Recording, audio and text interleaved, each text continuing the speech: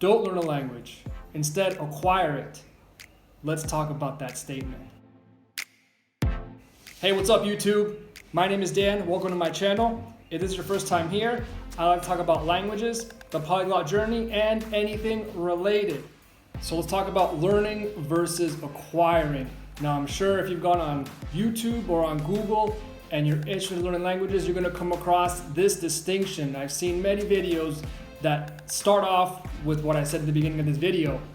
Don't learn a language, instead acquire. I think that both learning and acquiring, on one hand, they can be seen as the same, but I think it's very important to make the distinction, mainly because many of us have been programmed to think a certain way.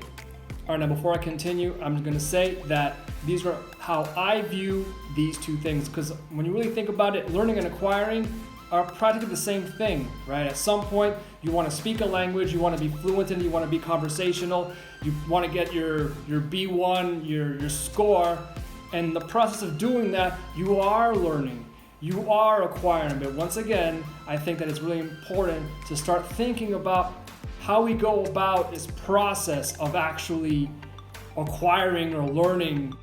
All right, so let's go ahead and get started with the first talking point. Old school. And I'll get right into it.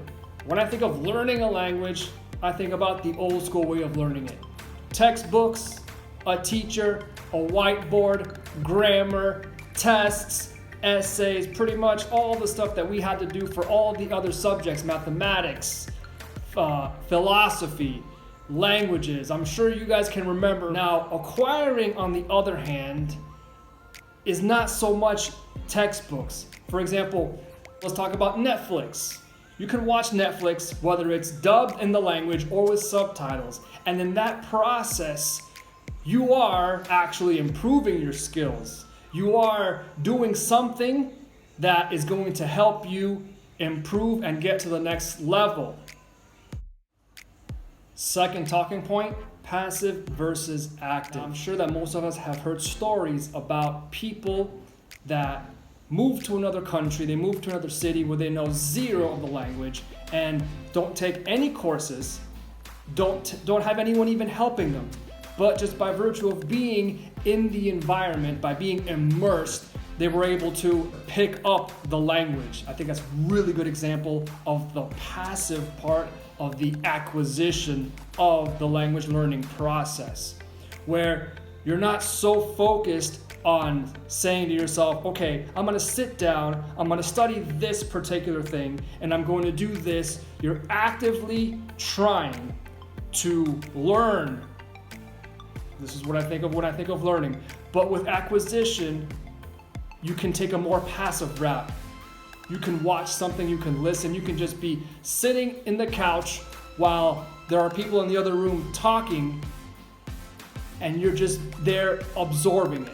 That's a really big thing to think about. And there's so many ways that this can play out. Going back to the Netflix example, you're watching Netflix. You're not really thinking too hard about what's going on, but you're listening or you're reading. And of course, in my case, Netflix is kind of special. I think it's an excellent tool for language learning, but you gotta kind of go about it in a way that's beneficial to you. More on that in another video.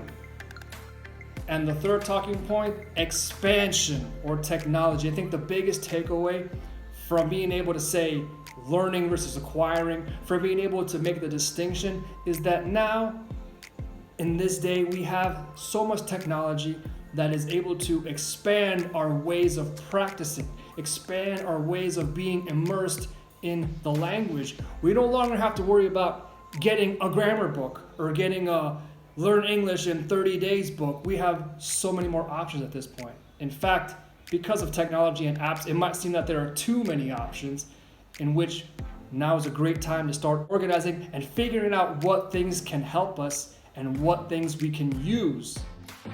Conclusion, I think this is a very short video that does a nice introduction to the subject. I might make more videos about this topic, specifying some more things, but I wanted to get this video out. And I think the most important thing is to understand that yes, learning or the traditional method can still work, even in this day. If we want to take a course, if we want to hire a tutor, I think those are great options. But we should know that now we have much more options. A person can, by themselves, with YouTube, with certain WhatsApp groups, with certain Telegram groups, using Clubhouse, it's another excellent app, pretty much study on their own, although technically with some apps, you're also practicing with other people. And there we go with some more buzzwords. Learning, studying, practicing. Those distinctions will have to be made as well. But what's important to realize is that now we have more options than what we had when we were younger, probably learning our second or third language in school. And that's the point of this particular video. So as we continue our polyglot journey, we're going to keep talking about these things. As we keep going, we find all these awesome tools, we find these communities, and we find things that help us along the way. And I think that's what's exciting. We don't know what's coming, but as we go further along, we make awesome discoveries. Let's keep going.